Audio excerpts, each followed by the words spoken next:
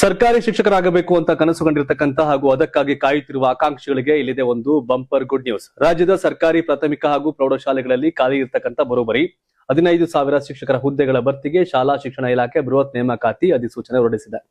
ಇಂದಿನಿಂದಲೇ ಅಂದ್ರೆ ಆಗಸ್ಟ್ 18ರಿಂದ ಅರ್ಜಿ ಸಲ್ಲಿಕೆ ಪ್ರಕ್ರಿಯೆ ಆರಂಭವಾಗಿದೆ.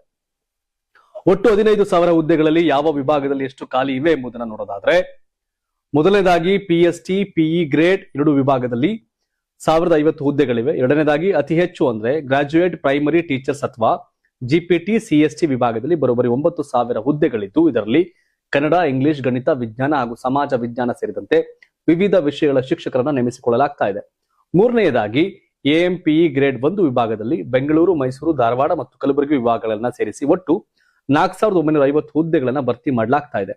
ಈ ಹುದ್ದೆಗಳಿಗೆ ಆಸಕ್ತರು ಇಂದಿನಿಂದ ಅಂದ್ರೆ ಆಗಸ್ಟ್ 18, 2026ರಿಂದ ಸೆಪ್ಟೆಂಬರ್ 7, 2026ರವರೆಗೆ ಆನ್ಲೈನ್ ಮೂಲಕ ಅರ್ಜಿಯನ್ನು ಸಲ್ಲಿಸಬಹುದು.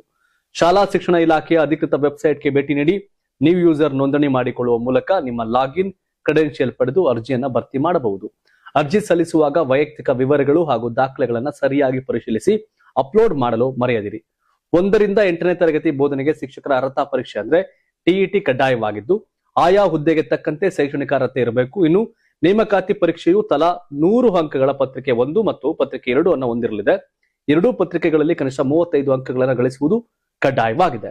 ಕೊನೆಯ ದಿನದವರೆಗೆ ಕಾಯದೆ ಅರ್ಹತೆ ಇರೋರು ಹಿಂದೆ ನಿಮ್ಮ ಅರ್ಜಿಯನ್ನ ಸಲ್ಲಿಸಿ ಶಿಕ್ಷಕರಾಗುವ ನಿಮ್ಮ ಕನಸನ್ನ ನನಸು ಮಾಡಿಕೊಳ್ಳಿ.